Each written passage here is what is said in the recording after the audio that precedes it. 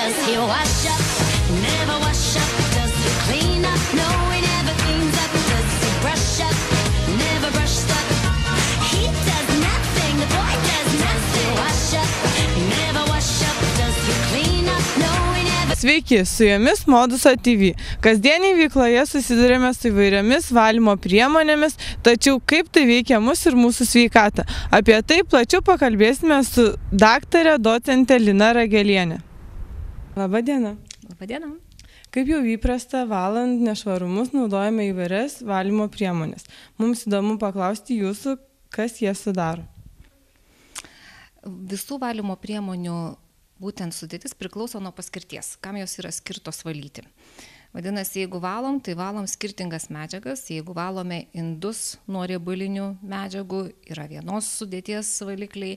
Jeigu valome audinius nuo teršalų, kietųjų dalelių ir be abejo išdžiūvusių kažkokių tai dėmių, yra kita sudėtis. Jeigu mes valome kriaukles nuo būtent vandens kietumą sudarančių druskų sudėties apnašų, vėl kita sudėtis. Jeigu kanalizacijos vamzdynus, tai vėlgi priklauso nuo to, kadangi kanalizacijų vamzdynų nuosėdos tos jau būtent kažkokie teršalai, ar ne, jie vėlgi yra skirtingos sudėties, vadinasi, ir plovimo medžiagos turi būti skirtingos sudėties.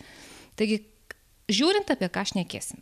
Jeigu dabar, pirmiausia, su kuo vartotojai dažniausiai susiduria, ar ne, tai pirmiausia, sakau, kas yra tai kas susijęs su vandens kietumu, tai arbatinukuose yra nuosėdos ant kriauklės kraštų, yra nuosėdos ant indų išplovus su indaplovė ir po to išdžiūvus. Čia yra bėda. Tai faktas, kad šitos nuosėdos, jos yra karbonatų forma, vadinasi, jas galime pašalinti, naudojant tam tikras rūgštis. Tai dabar galime pabandyti tokį nedidelį eksperimentą atlikti. Pasirinkom labai nešvarų arbatinuką, kuriame yra gausu nuosėdų. Šitos vandenvietės bėda yra tokia, kad tos nuosėdos ne tai, kad dar suteikiančios yra karbonatinį kietumą, bet dar yra labai nemažai geležies. Jos dar turi ir būdingą rudą spalvą. Vadinasi, ir pabandysime tiesiog išvalyti šitas nuosėdas, naudodami skirtingas valymo priemonės. Visos jos yra rūgštinios prigimties, bet tik tai vienos iš jų yra, galima būtų jas vardinti ekologiškomis, o kitos, yra komerciniai preparatai, kurie yra daugia komponenčiai. Nebūtinai tik tai greta yra ten rūgštis, bet yra iš tikrųjų ir kitų veikliųjų medžiagų, kaip plovimo paviršių aktyvių medžiagų. Ir be abejo, jau kalbėti tada, jeigu apie ekologiją, vadinasi, kalbant apie aplinkos taršą, jie jau yra sudėtingesni. Galima sakyti, kad poveikį tą taršą daro didesnį. Taigi, štai čia yra trys būtent vandens kietumą nusakančioms būtent druskoms suminkštinti yra 3 tirpalėliai pagaminti. Taip, taigi pirmasis mėgintuvėlis, jame yra ištirpinta citrinos rūgštis ir jo koncentracija yra 9%, yra tokia pati kaip antrajame mėgintuvėlyje maistinio acto tirpalo, tai ką mes galime nusipirkti kiekvienas parduotuvėje. Ir čia yra komercinis preparatas, yra skirtas būtent valiklis kalkėms ir rudims valyti. Jo tiesioginė paskirtis. Irgi pasižiūrėkime, kaip veikia visi šitie 3 tirpalėliai mūsų būtent kalkės, tas, kurias turėjome arbatinukį. Taigi citrinos rūgštis.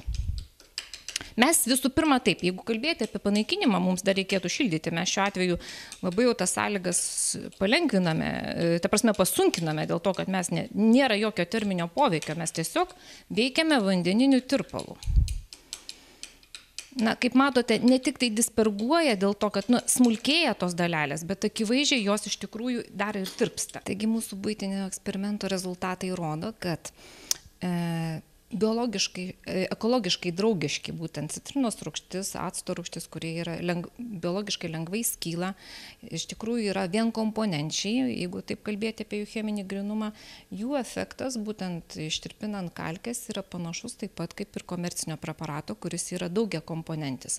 O faktas, esantiems ten komponentams, jeigu jie patenka į aplinką, reikia laiko ir be abejo, ta poveikis aplinkai, ko gero vienareikšmiai galima būtų sakyti, kad jis yra didesnis negu chemiškai gryžnų, lengvai skylančių medžiagų.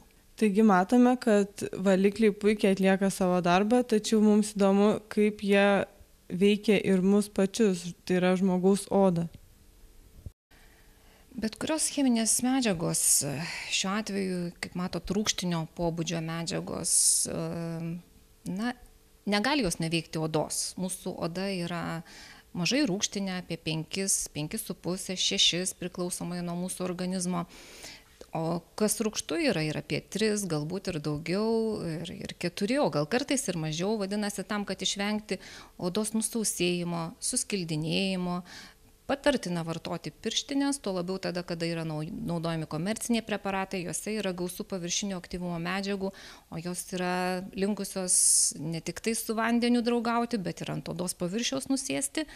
Taigi aš taip patarčiau dėvėti.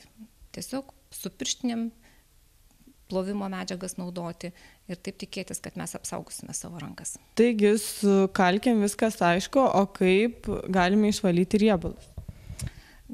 Anksčiau ir dabar tikriausiai ekologijos būtent šalininkai naudoja sodą. Taigi pats paprasčiausias ekologinių požiūrių, pats draugiškiausias riebalų valiklis tai yra soda, o aišku mes įpratę ir tikriausiai labai patogu naudoti bet kokias skystas valymo priemonės, kuriuose gausu yra paviršinio aktyvumo medžiagų, tiek nejoninių, tiek anijoninių. Tai mes dabar tiesiog pabandykime tokį vėlgi eksperimentą buitinį atlikti, naudojant sodą ir naudojant skystąją indų plovimo priemonę. Lėkštėje yra augalinio aliejaus ir užteršto truputėlį su hidrofobinė medžiaga, kad matytųsi tiesiog tie teršaliukai. Ir štai aš ant kepinės užlašinau skystos valymo priemonės. Ir pasižiūrėkime, kaip jinai sėkmingai, greitai valo lėkštę. Bet kaip matote, vis tiek šiek tiek aš turiu padirbėti. Jau nebus taip, kad visiškai lengvai, vos neprisilenčiat su ranka, pasieksime švario, rezultatą švarę lėkštę. Ir čia ant tos pačios kempinės sodos. Tai kas kaip pas kiekvieną šeimininkę, kuri myli ekologiją, turėtų būti.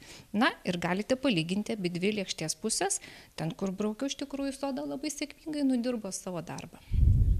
Taip pat ekologiškose parduotuvėse jų lentynose rasime ekologiškos produkcijos ir valymo priemonių, kuriuose teigiama, kad yra visiškai suyrantis tencidai be fosfatų ir dažiklių ir be kitų chemijos pramonėje gaminamų priemonių. Kaip tai pakomentuosite, ar jie daro kokią nors įtaką valymo kokybei ir ar tikrai nėra ten sunkiai skylančių medžiagų? Apie valymo kokybę, ko gero, aš nedrįšiu komentuoti, vis dėlto reikia bandyti ir tada daryti kažkokius komentarus. O kalbant apie ekologinių produktų sudėtį, tai aišku viena tendencija, kad tikrai fosfatai yra keičiami būtent ekologiškesniais komponentais. Kaip minėjau, ta pati soda įeina į būtent šitų valymo priemonių sudėtį.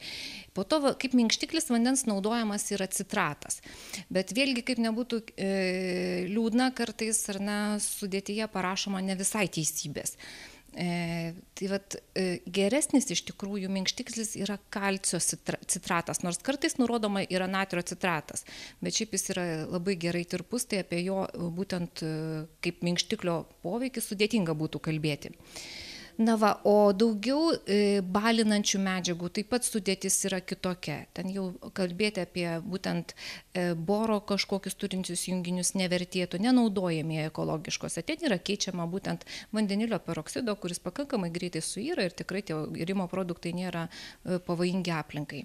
Taip kad ekologiniai produktai, ko gero, tiek gamintojai, kurie gerbė savo įmonės vardą, jie pilnai nurodo sudėtį ir ją paskaičius tikrai būtų galima rinktis ir be abejo saugoti aplinką.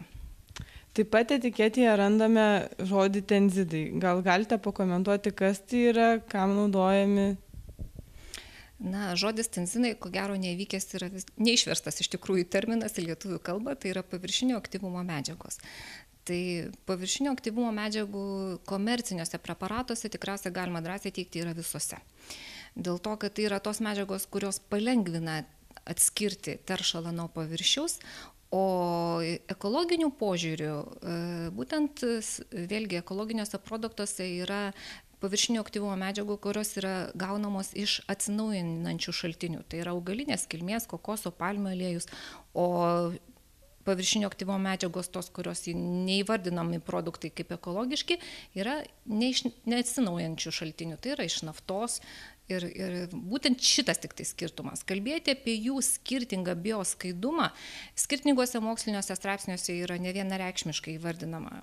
Dažniau kalbam apie tai, kad vienodos struktūros vienodai suyra. Taip kad ekologinių požiūrių čia reiktų kalbėti tikriausiai apie kilmę.